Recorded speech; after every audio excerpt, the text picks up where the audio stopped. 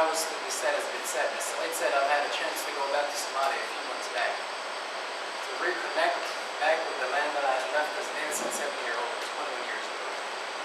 I've seen plenty of good stories, but a lot of pain, adversity, trouble, and tears shed. The truth remains that we have become a burden to ourselves and to the world, but the good thing is there are people who are willing to help, like ARC and others.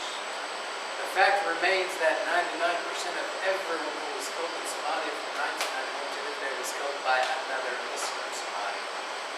And some famines are naturally made, but a lot more are man-made, and I'm afraid that the one that we're going through in Somalia is actually caused by my cousin, your cousin, his mother, my mother, and his third cousin. So then, it's a moral responsibility and a divine responsibility for us to clean up what we had caused ourselves. This is where the emphasis that they make on the diaspora truly appeals to me, because we need to stand up for this before anyone else. This is a Somali problem.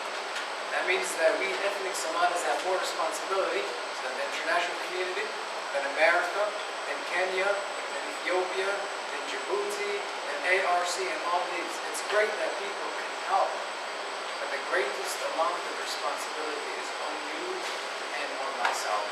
With that said, you have heard what they said. I ask Allah to bless our efforts. Nothing can be done without the blessing of God. Nothing can be done without the permission of God. And every effort that we put together, God is able to open up higher horizon for us, to open up new doors for us, to bless the things that we do, to try to limit the bad and the chaos and the trouble and the tears that have been going on for 21 years. So in that chapter, and in that state, and in that clean heart and pure soul, we ask Allah to forgive the sins of those who have passed away, and take off the trouble of those who are going through distress as we speak, and bring comfort and console the hearts of the mothers who witness the death of their sons and daughters day in and day out. And may Allah bless all of us, our families, and bless us enough to bless others. Life is all about giving. What's the point of going up in life if you can't bring somebody up? You're here in America, you're able to go to school, you're able to go here, everyone drove here, everyone has a cell phone, everyone goes back home, everyone's going to be able to eat.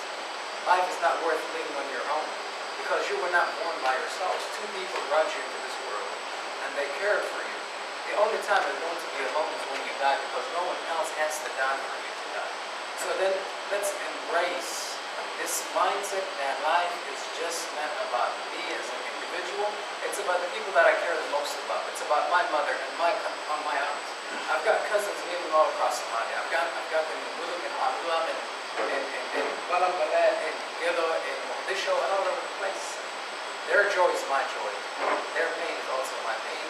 I ask Allah once again to bless all of us, to forgive our sins, and see us and give us the ability and the strength to get through this. It's not permanent. There is no storm that can last forever. 5 years down the road, somebody is going to be better than this. But you want to look back and say, what did I do when my people were in need the most?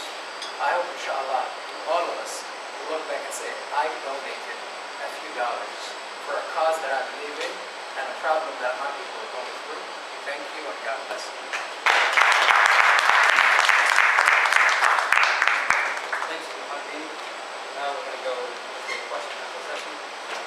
And I would ask all of you that you make your questions concise and direct to the topic.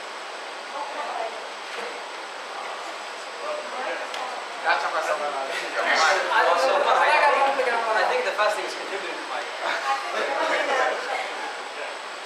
Okay, before we get to the question and answer session, I ask all of you that you keep your questions direct to the topic, and every one of you will have about a minute or two to answer a question and get a response.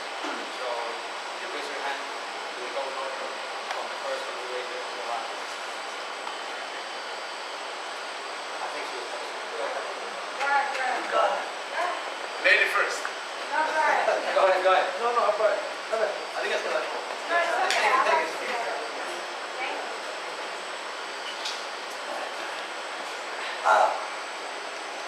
First of all, thank you, both of you, the guests, Saeed and what was the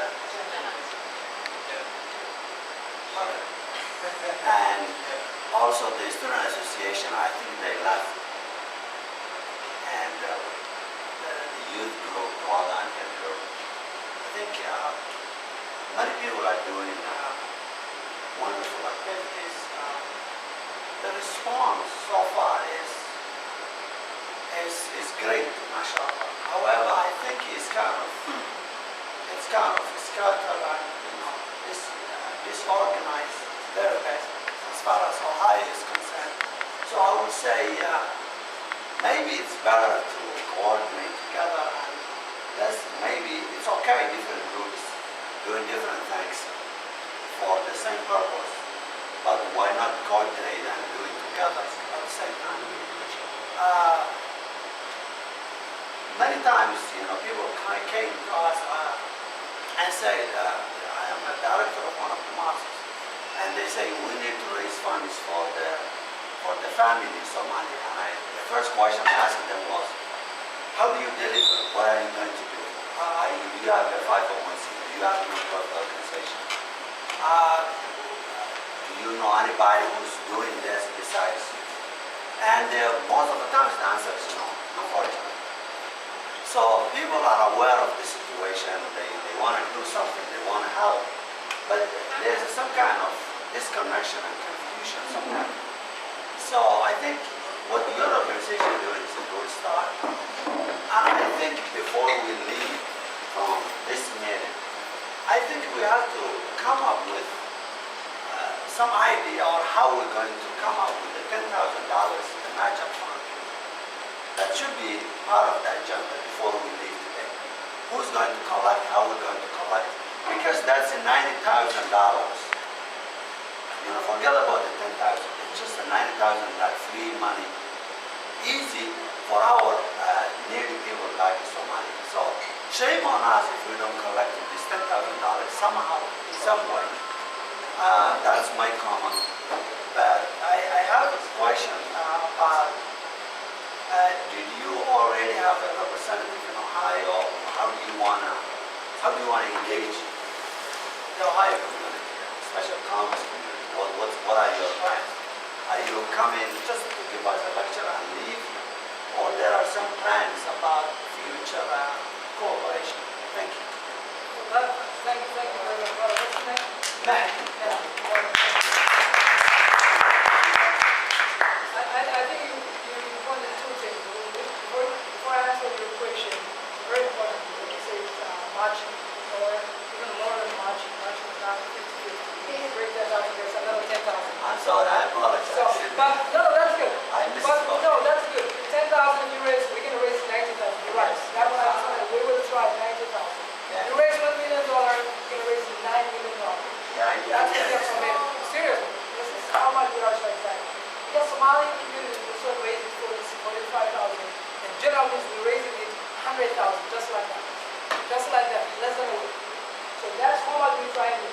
But one way I'll give you the hints is, I'm sure each one of you works somewhere, in one company, whether it's a Target or another corporate, is if you identify one employee in general meeting, and one employee, Somali Minnesota employee, and you care, obviously one of the health providers in Minnesota, change it because when you care, when we donate the 1,000, become part of the 1,000, this next value, the you care that one of their employees, when we sat down, we said, oh, okay, one of your employees actually is the one of the 1,000 people. And they said, okay, who's that? They didn't hear his name because he makes an average money. And they were kind of surprised. I didn't think this $1,000 position we have to get. And guess what? Because of him, and because we approach it in terms of the profession, because of ARC's credibility, they give us $50,000 to start the whole this negotiation from the beginning. This is how much we can do. I think this is how much each one of you identify your employer and see if they have a foundations. And number two, they are looking for an international organization that is credible. ARC has a credible because we have Target, we have done all these corporate organizations in the US. They donate a lot of money during the Haiti period, even before that. So that is the end. So coming back to your question, yes, the reason we are here is to listen each one of you and see if you can can count a group that represents you, and we can say, okay, I mean, that's fine. But it would be very good if it came from you guys. You appoint a group who can represent and say, we have these 5 people, we have 7 people who will represent our Ohioans, and they will work with ARC, and that would be very, very good. That is what we want to see. That's how we are working in Minnesota.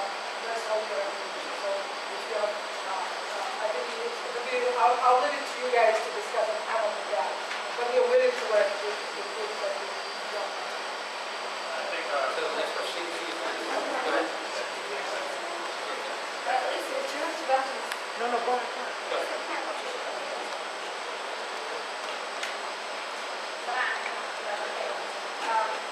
Obviously, you have a lecture. Okay. Okay, you had mentioned different cities in Somalia, and you kept saying Serbia, such as Somaliland, Puntland, Puntland, and so on. Just to help us know the problem right now that is happening with the Dadaab and Southern Somalia. Southern Somalia. Get the region by the whole, those cities are the cities that need the most. All of us know the fish already getting a lot of attention. And so if we give you our money right now, are you able to deliver those cities that need the most? Good question. I mentioned to you that we were, actually let me separate it. When I talk about Somaliland and Puntland and Gemulu, we were there last year before the drought happened. So because those are relatively stable places. But we were trying to find a head office. If you remember in my first explanation, ARC is going to have head office inside Somalia, not in the kingdom. That was part of the deal. They have to be based inside, so it's getting from the US to Somalia.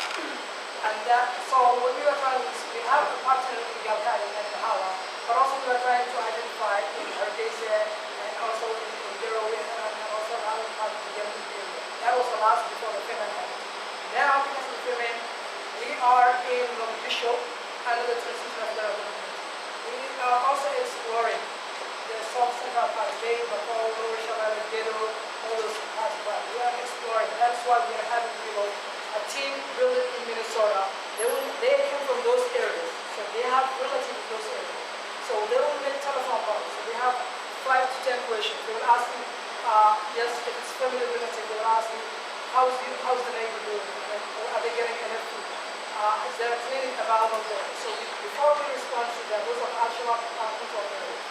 So we have to be very careful. Yes, but we want to engage in, and we're using a plan A strategy and plan B strategy. It doesn't work. But we are committed to reach as much as we can there, identifying a reliable local partner organization working in that area is possible. If you know those areas where the South Central area, they're difficult to access or very difficult to control. If you know, it's very hard to go there because we are concerned about the safety of the people we are providing the service, number one. We are concerned about the safety of our staff. And we are also concerned about the money that we give to us to make sure it goes to the right place. So those are the 2 things we consider. So we're not taking it lightly, but we are getting to that. We have a team who went to Dublin. I think if you know it. Our team, they come from the other part, to the border of the Dadaab, and they came inside Somalia. And they went to Dublin. And we are planning to start in Dublin some material work. So what we try to do is to make sure we reach the people before they can start into the Dublin. Yes, the Dadaab, the needs to be there. International community is possible. There are a number of international organizations working there. But inside Somalia, very, very few international organizations working inside Somalia. And we are focusing on the 2.85 million people inside Somalia. Those 5 million have left now. I hope I answered your question. The general manager